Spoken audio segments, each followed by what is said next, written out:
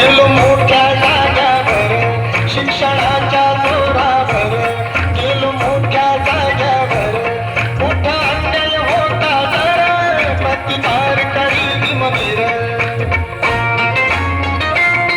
आता दुधवा खिळणीचं माझ्या भीमान दिलंय ग, आता दुधवा खिळणीचं माझ्या भीमान दिलंय ग. कालच्या महार वाड्यात भीमनगर झालंय ग, कालच्या महार वाड्यात भीमनगर झालंय ग.